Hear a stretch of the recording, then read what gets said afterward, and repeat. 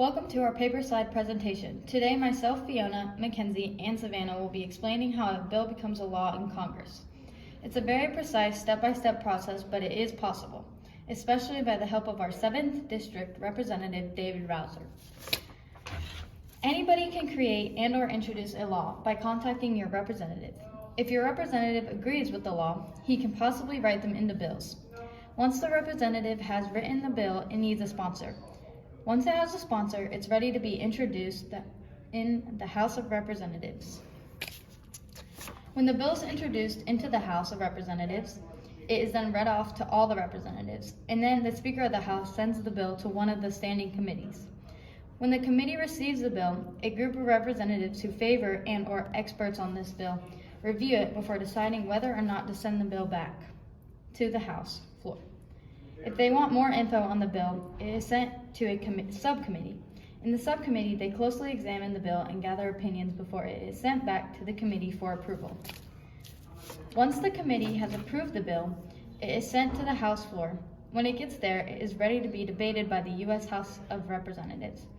Debating the bill involves a discussion in agreements and disagreements. Then the bill is read off by a reading clerk, and representatives can request changes when voting begins.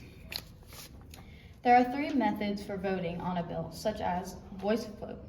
This is when the Speaker of the House asks the representatives who agrees with the bill say A or yay, and those that disagree say nay. Or there's a standing vote. The Speaker of the House asks the ones that agree to stand, then they count them and then do the same for the representatives that disagree. And lastly, there's roll call vote. Representatives record their vote through a computer. They can select yes, no, or present if they choose not to vote at all. If the vote gets a majority of agree votes, the bill passes in the U.S. House of Representatives. Then the bill is verified by the clerk of the House, then delivered to the U.S. Senate.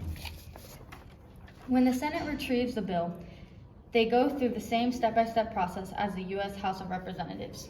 Once the bill is discussed in the Senate committee, it is then reported to the Senate floor to be voted on. Senators vote by voice, saying yay or nay. If majority agrees and passed in Senate, it's complete and ready for the president. The president has 3 choices. He can sign and pass the bill, then it becomes a law. Refuse to sign, or veto. The House and Senate revote, and if 2/3 of them agree with the bill, the president's veto is overridden, and it becomes a law. Or do nothing, pocket veto. If Congress is in session, the bill will automatically become a law after 10 days. If Congress isn't in session, the bill will not become a bill. I meant law. If the bill is officially passed and approved, the bill becomes a law and is enforced in government.